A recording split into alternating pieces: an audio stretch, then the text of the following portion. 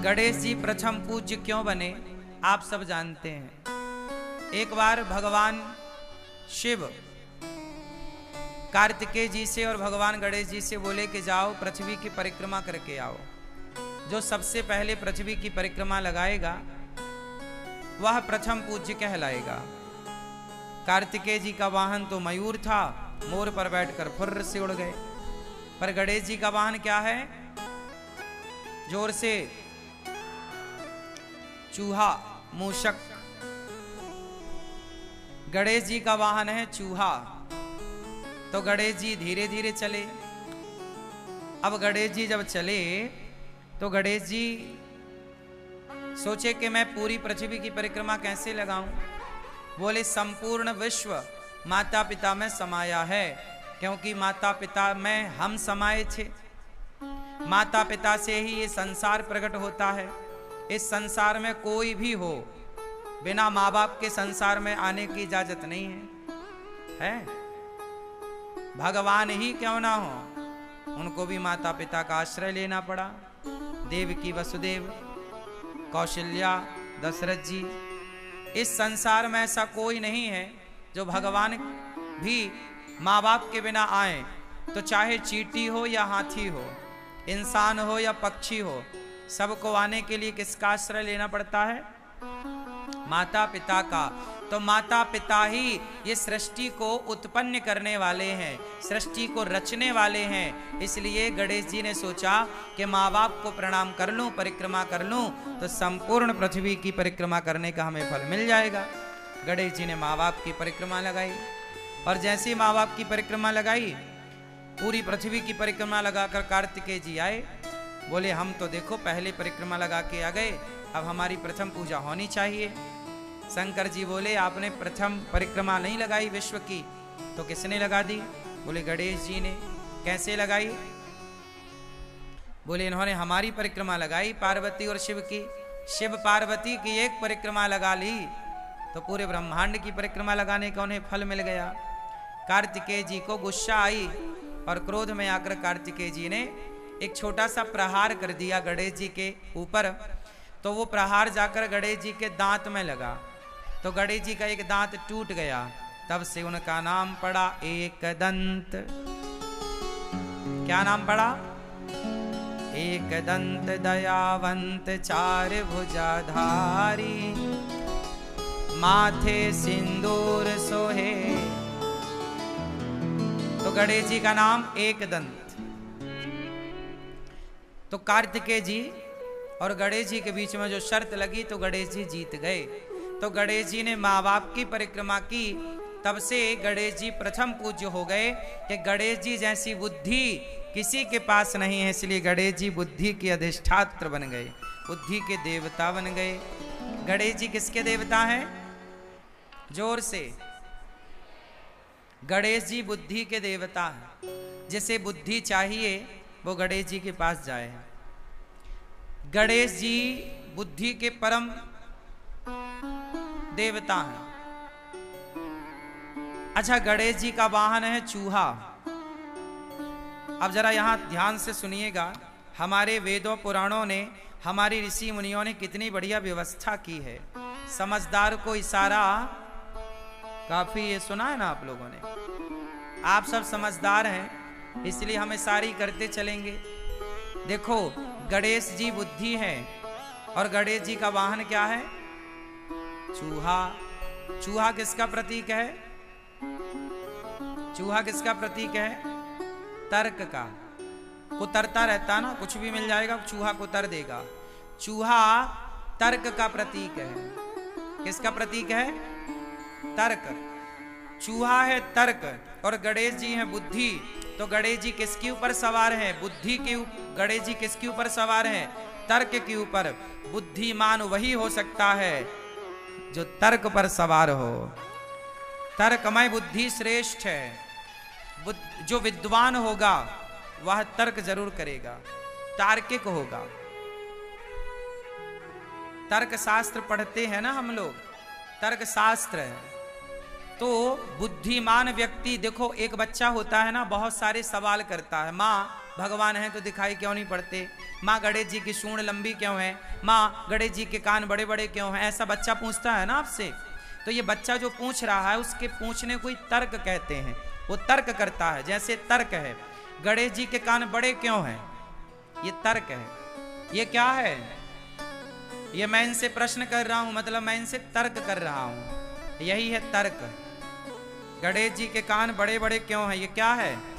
बोलो बोलो, क्या है ये? तर्क है। क्या है ये? तर्क। अच्छा, तर्क कौन कर सकता है? सवाल कौन कर सकता है? मूर्ख व्यक्ति कभी सवाल नहीं कर सकता। पढ़ा लिखा बुद्धिमान ही सवाल कर सकता है। सवाल करने वाला तार्किक है, मतलब पढ़ा लिखा है। छोटे छोटे बच्चे बहुत सारे सवाल करते हैं, क्योंकि उनके अंदर, वो अभी पढ़े लिखे तो नहीं है, पर उनकी जिज्ञासा है, तर्क है। तो तर्क कौन कर सकता है? बुद्धिमान व्यक्ति। एक बच्चा वो होता है जो अपने टीचर से बहुत सारे सवाल करता है। सर जी समझ में नहीं आया, ऐसा क्यों हुआ, ये ऐसा है तो ऐसा क्यों हुआ, वैसा है तो वैसा क्यों। जो बच्चा बहुत सारे सवाल करता है मतलब वो बुद्धिमान होगा।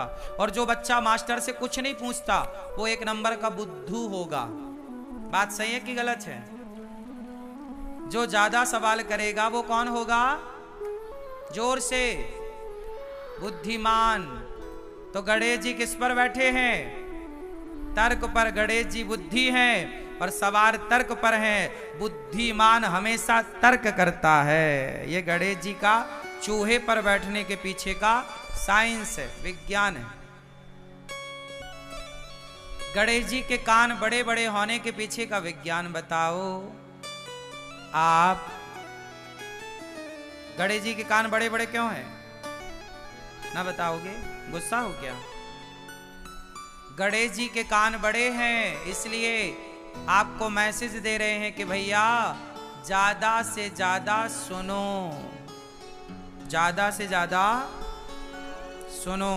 ज्यादा, यदि आप ज्यादा सुनने लग जाएंगे अपने माता की, पिता की, सास की, ससुर की, पति की, पत्नी की, तो आप कभी झगड़े में उलझेंगे ही नहीं। जो ज्यादा सुनता है वो झगड़े में नहीं उलझता। जो कम सुनने वाले होते हैं, बोले मैं आपकी क्यों सुनूं, जो कहते हैं मैं आपकी क्यों सुनूं, वो झगड़ा जरूर करेगा। और जो सुन लेता है, सुन लो ना, माँ की, पिता की, पत्नी की, पति की, सुन लो। गणेश जी के कान, गणेश जी के कान, तो बताओ गणेश जी के कान बड़े क्यों हैं? आपको ज्यादा से ज्यादा सुनना है। आप लोग कम सुनते हो ना, इसलिए झगड़ा होता है। पर गणेश जी क्या मैसेज दे रहे हैं? ज्यादा सुनो। अच्छा, गणेश जी का मुंह दिखाई पड़ता है आपको? क्यों? गणेश जी के दर्शन करके बताओ, गणेश जी का मुंह दिख रहा है? हाँ या ना? हाँ या ना? हाँ या ना? जोर से। गणेश जी का मुंह नहीं दिख रहा है। गणेश जी के मुंह अंदर है, सूंड ऊपर है। सूंड दिख रही है, मुंह दिख नहीं रहा है। मुंह भीतर की तरफ होता है। गणेश जी के कान बड़े हैं और मुंह अंदर है, मतलब दिख नहीं रहा है। मतलब गणेश जी का मैसेज है कि मुंह को छिपा के रखो, मतलब बोलो कम, सुनो ज्यादा।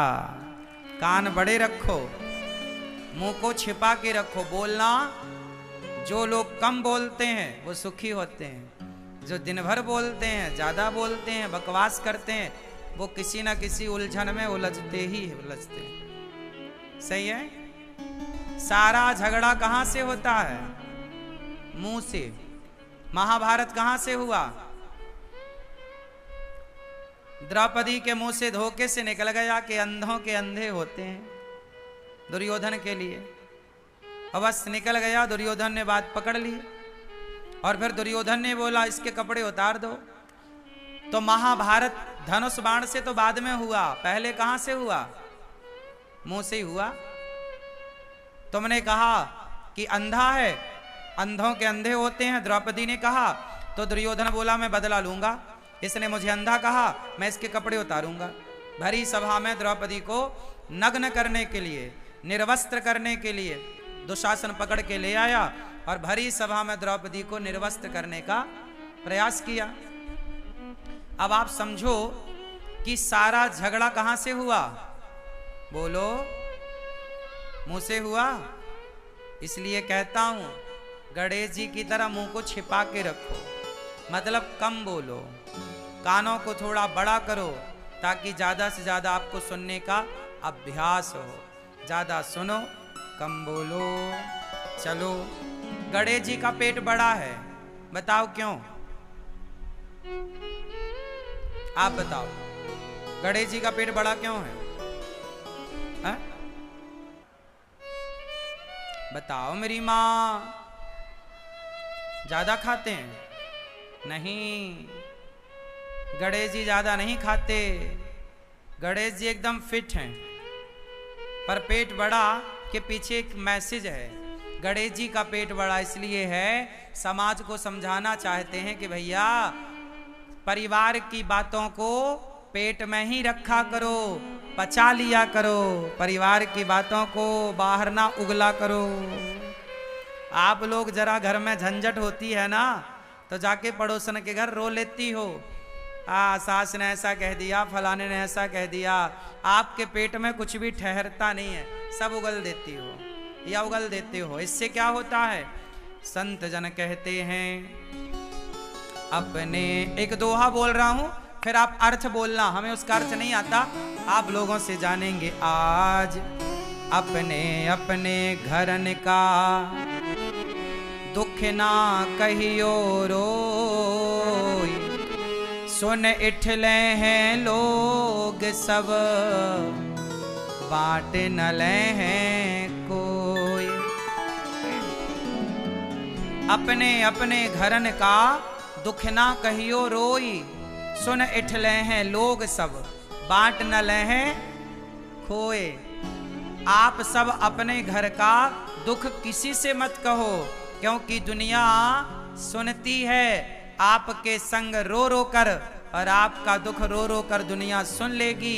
आपके जाने के बाद हंस हंस कर लोग बताते हैं कि देखो इसके घर ऐसा हो गया, इसका पति ऐसा है, इसकी पत्नी ऐसी है, इसका परिवार ऐसा है, इसका बेटा ऐसा है। इसलिए अपने घर की बातें कभी कितना भी अपना हो मत बताओ, पचाओ। इसलिए गणेश जी का पेट बड़ा, कुछ बातें पेट में, हर चीज बताने की नहीं। समझ में आई क्या? बोलो हाँ कि ना। बैठ जाओ अब मेरी माँ अच्छे से। अच्छा, गणेश जी खाते क्या हैं ज्यादा? जोर से, क्या? लड़ुअन को भोग लगे। काय का भोग लगे? गणेश जी लड्डू खाते हैं, और हम भारत के लोग भी लड्डू खाते हैं। हम सनातनी लोग ना लड्डू ज्यादा खाते हैं। हमारे यहाँ मकर संक्रांति आती है तो लड्डू बनते हैं, गणेश उत्सव आता है तो मोदक बनते हैं। महाराष्ट्र में मोदक एक प्रकार का लड्डू ही होता है, पर लड्डू की बड़ी परंपरा है हमारे भारत में। क्यों? भारत में अनेक क्षेत्र में अनेक प्रकार के लड्डू बनाए जाते हैं। बेसन के लड्डू, तिल के लड्डू, है ना, और ना जाने किस किस के लड्डू आप सब बनाती होंगी मेरी माँ, और लोग खाते भी होंगे। अनेक अनेक लड्डू हम सब बना के खाते हैं। मोतीचूर के लड्डू, हाँ या ना, राजगिर के लड्डू, फला फला फला खूब सारे लड्डू। गणेश जी को लड्डू बड़ा पसंद है। क्यों? मैसेज क्या है लड्डू के पीछे? आप लोग लड्डू के पीछे का मैसेज समझिए, विज्ञान समझिए। लड्डू बनता है बहुत सारे दानों को जोड़कर। जैसे तिल का लड्डू बनाना है तो ढेर सारी तिल लेनी पड़ेगी और सारे तिल के दाने को जोड़ना पड़ेगा। जब जोड़ के एक कर दोगे तो लड्डू तैयार। एक दाने को दूसरे दाने से जोड़ा जाता है।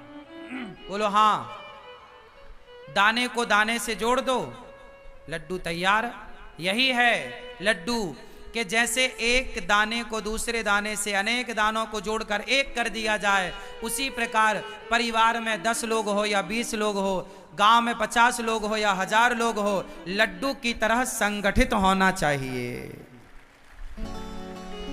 लड्डू की तरह बोलो। जैसे लड्डू बहुत सारे दानों को जोड़कर एक होता है, ऐसे आपको एक रहना चाहिए। यदि आप सनातनी एक होते तो हमारा भारत कभी गुलाम ना होता। गुलाम हुआ ही इसलिए कि तुम विभाजित हो गए, जातवाद में बट गए, ऊंच नीच में बट गए, छोटे बड़े में बट गए, अमीरी गरीबी में बट गए। यदि बटे ना होते तो क्या मजाल मुगलों की और अंग्रेजों की कि तुम्हारे देश पर आक्रमण करते और जीतते। आते, चलो आते तो तुम संगठित होते तो पछाड़ देते, पर तुम हार गए क्योंकि तुम बिखर गए। लड्डू यदि बिखर गया, दाने दाने अलग हो गए, तो वो लड्डू कहाँ रहा?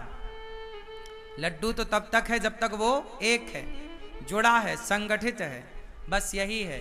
गणेश जी लड्डू खा के आपको कहते हैं कि मेरे भारतवासियों, मेरे सनातनियों, गणेश को मानने वाला प्रत्येक व्यक्ति सुन ले कि गणेश की पूजा करते हो तो लड्डू की तरह, लड्डू जैसे दाने को दाने से जोड़ के रखता है, आप भी सारे गणेश के पुजारी जुड़ के रहिए, सनातनी संगठित रहिए उस लड्डू की तरह।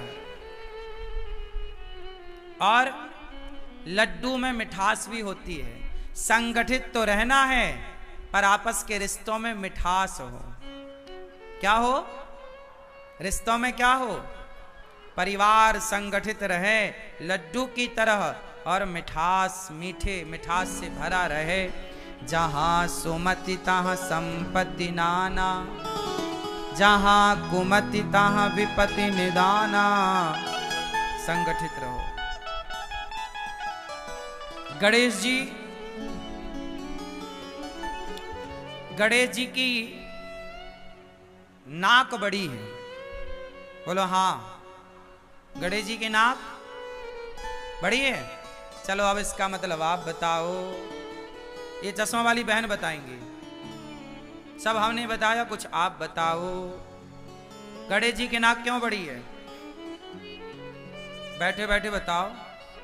नहीं पता? क्यों? आप बताओ। नहीं बताओगे ना? कुछ कसम खा के आए हो, कुछ नहीं बताऊंगा, है ना? गणेश जी की नाक बड़ी है। समाज में कुछ ऐसा काम करो अपनी बुद्धिमत्ता से, आप समाज में इतने बड़े पद, बड़े नाम तक पहुंचो कि समाज में आपके सम्मान की नाक बड़ी हो। कभी नाक ना कटा लेना, कोई ऐसा गलत काम ना कर लेना कि आपकी नाक कट जाए। नाक बड़ी होनी चाहिए, मतलब आपका समाज में सम्मान होना चाहिए। आजकल के लोग सम्मान की परवाह नहीं करते और गलत काम कर लेते हैं, बाद में भले उनकी नाक कट जाए। अब देखो ना, बहुत सारे लोग हैं जो गलत काम कर रहे हैं, उन्हें जरा भी डर नहीं कि हमारे गलत काम से हमारे माँ बाप की छवि का क्या होगा, हमारे माँ बाप की नाक का क्या होगा, हमारे माँ बाप की इज्जत का क्या होगा। जब आप कोई भी अच्छा काम करते हो तो आपके माँ बाप का नाम बढ़ता है। जब कोई भी आप अच्छा कार्य करते हो तो आपके गांव का, आपके समाज का, आपके देश का नाम आपसे गौरवान्वित होता है। बोलो हाँ। और जब आप कोई भी गलत काम करते हो तो आपके माँ बाप की नाक कट जाती है। बोलो हाँ। तो गणेश जी की नाक बड़ी है कि भैया नाक बड़ी करना है, नाक कटाना नहीं है। सम्मान कमाना है, इज्जत कमानी है, नाक कटानी नहीं। ऐसे कोई काम नहीं करने जिन कामों को करने से आपका समाज में अपयश हो। सदा वही काम करो ईमानदारी से जिससे आपका समाज में यश स्थापित हो। यही का